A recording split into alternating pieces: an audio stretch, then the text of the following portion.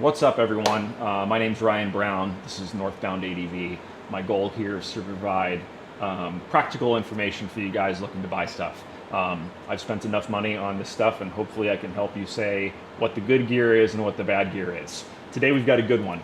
We've got the Sidi Gore-Tex Adventure 2. This is hands down one of the best motorcycle boots money can buy. Now, I do a lot of enduro traveling, okay? This boot does a supremely good job at that. I can hike in these, I can ride the motorcycle in them, and they provide enough protection for the level of risk I am outputting when I'm doing this kind of traveling, okay? I'm not doing jumps in these. I'm not doing hardcore single track. These are protection for my feet that is at the highest level without sacrificing comfort and mobility. So if you're looking for that, these are the boots. We got 20,000 miles, and we're going to go to the workbench here in a second and kind of look at the wear and look at how they're working. But from a practical point of view, there's really not much of a better boot out there for this kind of riding. I like to wear a waterproof laminated boot because most of the routes I go on have water crossings. In a non-waterproof boot, if your feet get wet, they're pretty much going to be wet for most of the day regardless. So that's why I run these. I like having waterproof boots, and that's the deal. So let's go to the workbench, let's take a peek at these, and let's see how they look after 20,000 miles. All right, here you go, 20,000 miles of use. Bottom of the boot looks great. This is mostly off-road with the mixture of a 12-hour day to get to Georgia, which is where I like to go ride. And here they are, in great shape. There's nothing wrong with these. They are dirty as hell. If I clean them up, they'd probably look great. They have remained waterproof since day one. Nice little feature here. There's no Velcro on the tip, so you can pull this off. And after taking these off so many times, this has just now started to peel. All the Velcro is in good shape. The waterproof membrane goes all the way to the top of this boot. Some boots stop about here. That's awesome.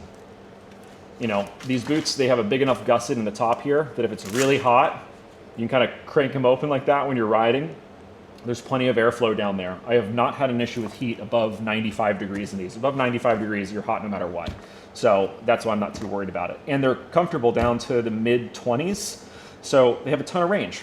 And everything's stayed in good shape. You can see where I hold onto the bike here, starting to wear a little bit through the felt, but for the most part, it's bomb-proof. I mean, these have had no issues whatsoever. So if you like them, I would recommend buying them. I got one other point that I want to talk about, so we'll see you back out of the bench here in a second.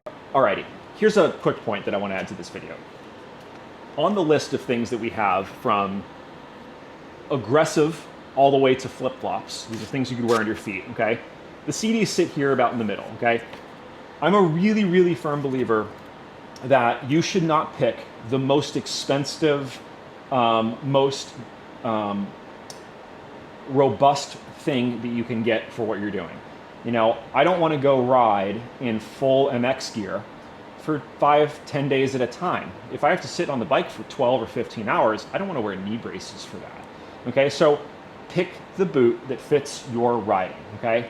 I'm not falling over often on my bike. I'm going fast, I'm having a good time, but everything is toned down, you know? I'm not riding it at my limit. So I don't need stuff that protects me at my limit. So that's why I don't like to ride MX boots. That's why I don't like to ride big, heavy off-road boots.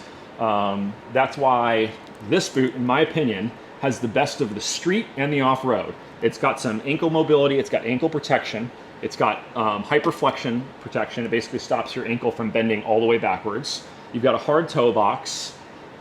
It's about as good as it gets. So if you're looking for a really, really good boot to rip down gravel roads on, do some backcountry discovery routes, and a little bit of hyper-technical stuff, this is as good as it gets. So if you have any questions, ask them down below. I try to respond to everyone within a little bit. I have a full-time job. I just like to do this on the side. So let me know. I look forward to it. Thanks for watching, guys.